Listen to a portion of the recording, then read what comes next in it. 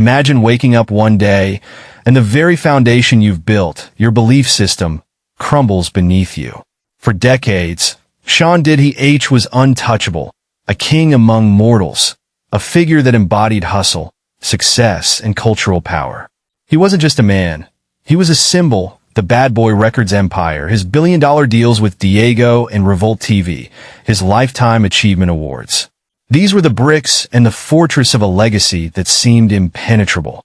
But here's the thing about legacy. It's fragile. All it takes is one crack, one accusation, and suddenly the whole structure collapses like a house of cards. You see, for years we believed in the myth of Diddy. We wanted to believe in the fairy tale of his rise from nothing to everything. A narrative of grit, hustle, and endless success. But now we're confronted with a darker truth. The allegations that have surfaced, stories of sexual assault, abuse, and manipulation are like a cold splash of water to the face. And it's forcing us to ask, what happens when a hero of the story is revealed as the villain all along? This is the story of Sean Combs, a man who rose to unimaginable heights, only to have it all come crashing down piece by piece. And like any good story, it's about to get a lot more complicated. Sean J.N. Combs was born on November 4, 1969, in the Harlem neighborhood of New York City. He was raised by his mother, Janice Combs, after his father, Melvin Earl Combs, was murdered in 1974 when he was just 3 years old. Melvin Combs was a big drug dealer for Harlem mobsters and ultimately died in a drug deal gone wrong. Meanwhile, Janice took on 3 jobs as a teacher, substitute teacher, and escort. As an escort, it's been reported that Janice would take her clients back home and have sex with them in front of Diddy, exposing him to adult activity at an early age, which makes you think, is this where the idea of freak-off subconsciously came to Diddy? Furthermore, upon looking at the dynamic of Janice and Diddy on camera, it does make you think if this is a normal mother and son relationship. Over the years, Combs has gone by various names, including Puffy, Puffdaddy, PDiddy, Diddy, and Love, which he legally made his middle name in 2012. He earned the nickname Puffy in high school because of his habit of puffing out his chest to make his body seem bigger. Combs majored in business administration at Howard University, producing weekly dance parties and running an airport shuttle service while attending classes. He dropped out to pursue an internship at Uptown Records, which led to a talent director position. Combs repeatedly rose to the level of vice president and had success producing several key artists for Uptown, but left the company in the early 1990s due to being fired from Andre Harrell. Right? Because Puff, as an executive, he really is a very artistic guy. He can make videos, he can style. So I started to branch out in the movies and the television. So then Puff wouldn't really listen to anybody but me. So my full-time job became managing Puff.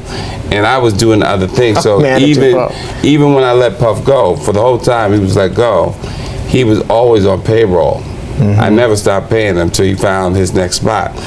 In 1993, Diddy started his own record company named Bad Boy Records. I named it Bad Boy because I wanted to go against the grain. Anytime you go against the grain, they consider you like kind of bad. Nothing negative, nothing like hardcore. Just, I didn't want to be regular. I didn't want to just make records. I didn't want to just make money. I wanted to make history. And that's all it's ever been about for me, making history and making music that's timeless. Here's the thing. Bad Boy Records transcended being just a record label. It ignited a revolution. Combs had a visionary goal to transform hip-hop sound, and alongside Biggie Smalls, he achieved precisely that. Hit after hit emerged as an unstoppable force. Tracks like Juicy, Big Papa, and MO Money MO Problems became cultural anthems. Suddenly, Sean Puffy Combs wasn't merely producing music. He was crafting a cultural movement. He ascended to legendary status, not only through his remarkable talent, but also due to his conviction that he could transcend the role of an industry player and become the industry itself.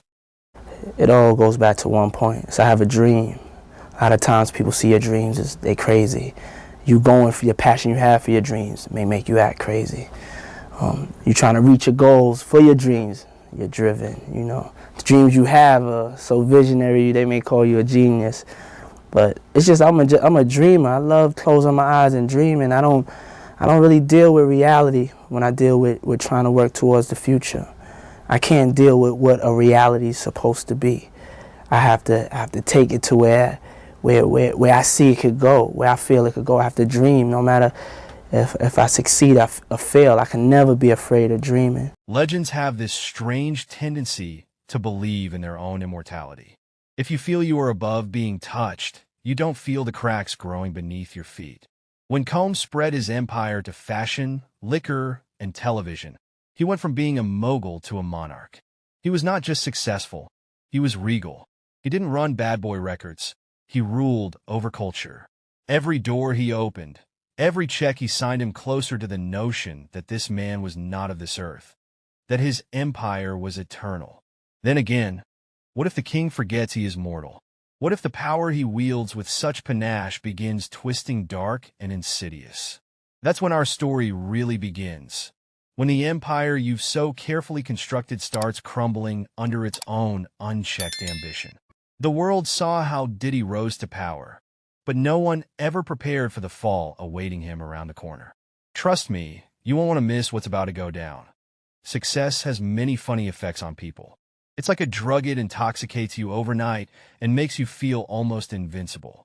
But the unwritten truth is, power corrupts absolutely. The great Sean Combs was not proof, for he came to epitomize this very principle. Behind the velvet ropes, VIP passes and red carpets, a shadow hung over him, one which no chart-topping hit ever obscured. There was a whispered rumor for every champagne bottle popped, and a murmur of what went on after the parties that weren't caught by cameras for every deal signed in broad daylight. Diddy's legal battles go back more than 33 years to 1991. According to a lawsuit filed November 2023, Combs and R&B singer Aaron Hall are accused of sexually assaulting an unnamed woman and her friend after attending a music industry function and then attacking her again several days later when she confronted them. Another alleged incident occurred in 1991, for which another suit was filed separately in November 2023, alleging that Combs drugged, raped, and videotaped 19-year-old Joy Dickerson Neal after the two had a date. Neal is the second woman to claim that the music icon drugged and raped her in 1991. She filed a lawsuit November 23, 2023, in Manhattan Supreme Court, just before the deadline for the New York State Adult Survivors Act. Apart from sexual assault, she alleges that the feed of revenge porn was indulged in by Diddy by leaking explicit videos of her through the music industry. Neal says video distribution has ruined her health, reputation, and career. Her case is just like what Cassie Ventura did on November 16, 2023, by filing a similar case. Joy Dickerson Neal was born in New York City in 1970. She claims her dad died when she was just 6 months old. The mother brought her up and says her mother taught her strong moral values. She attended Syracuse University, graduating in 1987 with a major in psychology. To pay for school, she waited tables at Wells Restaurant in Harlem and eventually became a receptionist for the talent agency Apple One. She also was an assistant for DJ Funkmaster Flex's company and a location scout for cameraman Gary Brewer on music videos for Grammy-winning artists such as A Tribe Called Quest and more. The complaint by Neal talks of a very depressing and haunting scene of rape, humiliation, and emotional distress allegedly at the hands of Combs. At that time, they were in the same social circle, having already appeared together with a music video for Finesse and Sinquis's hit single Straight from the Soul. Although she had refused to eat with him on November 3, 1991, citing rumors of misogyny, she finally agreed to eat with him. According to Neal, before jury's verdict, Combs had drugged her drink at a restroom in Harlem's Wells Restaurant. She declared that he took her afterward to a recording studio, then his house, where he violated her. Her pelvic was hurting painfully. Scarred from the ordeal, she shunned seeking medical attention, as well as reporting the occurrence to the police. To a large extent, this seems to be the common phenomenon among many sexual assault survivors. According to studies, 63% of those raped never, although Devante wanted to take the challenge from Diddy, fear of losing their record deal, as Diddy was A&R for Jodeci at the time, kept him mum like the bystander betrayal that often enables rape. All these traumas of aggression, including assault and humiliating of the record and psychophysical stress, caused very heavy emotional shock. She then had flashbacks, insomnia, and depression, and finally dropped out of school and received clinical depression and suicidal thoughts during her treatment. Neal said she even went to file police reports in New York and New Jersey and was trying to collect the revenge porn tape, but that the people who had witnessed the tapes were too fearful of Diddy to challenge him and refused to speak out. But the case also reminds one of this embarrassing moment during a company function where Diddy allegedly cornered her, knelt down, and insisted on his innocence. Her employer supposedly witnessed that exchange and later asked Neal about it. It was a sad thing, and because of how connected he already was in 1991, 2 years later and by the formation of Bad Boy Records, Combs would find himself in a completely different stratosphere, a place where you do anything not to rock that boat.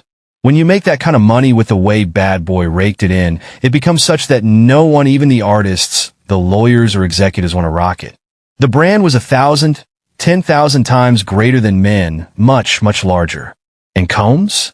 The puppeteer, drawing each string for his kingdom, until he could no longer. Because in the well of your control, you can only keep the truth hidden for so long, before it breaks out to the light of day. And now the light is coming, my friends. And cracks are slowly spreading, and when that happens, all its contents are going to spill into some other dimension. Report. From her lawsuit, she states that she withdrew to staying indoors, only opening her close friends' ears when she gained confidence. Neal's case has some very striking similarities to the claims Cassie Ventura brought against Combs. It demonstrates a possible trend in violence toward women. In 1995, during a high-profile event, allegations arose against Sean Combs, with court documents revealing claims of him forcing himself on a woman named Lampros. She recounted that Combs aggressively kissed her, ignoring her attempts to turn away, and proceeded to remove her clothing. Lampros further alleged 3 additional assaults in 1995, 1996, and towards the end of 2000. She claimed that Combs coerced her into performing oral sex in a parking garage, forced Kim Porter into a sexual encounter with Lampros before him, and violently assaulted her at her apartment. The final alleged incident occurred while Combs was in a relationship with Jennifer Lopez, as noted in court filings. Lampros also contended that Combs recorded their sexual encounter and attempted to distribute the footage. At a social function, another man reportedly informed Lampros' boyfriend of having seen the tape, to which she was unaware of being filmed.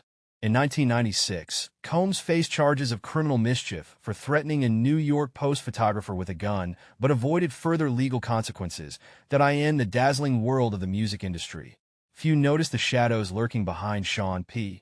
Diddy Combs. Surrounded by fame and fortune, he seemed untouchable.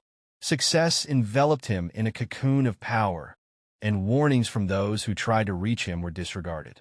Critics claimed he was spiraling out of control, but the heights of his success and the darkness from his past fueled his ego.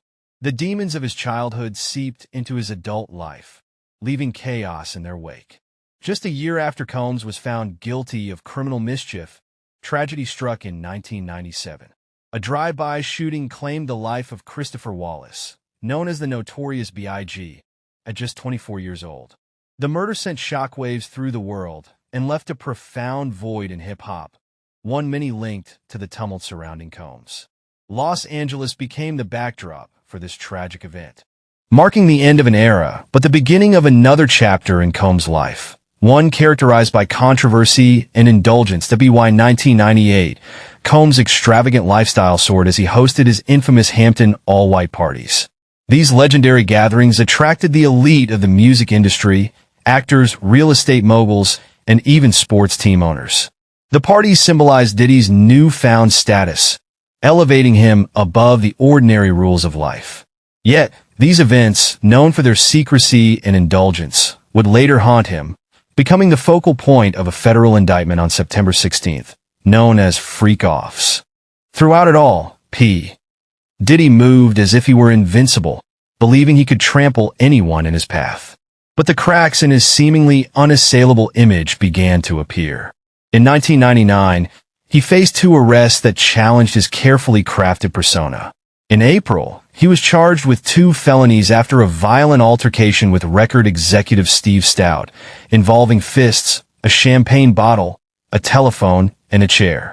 An apology and a reported payment of $500,000 made the charges disappear, with Combs agreeing to a single day of anger management.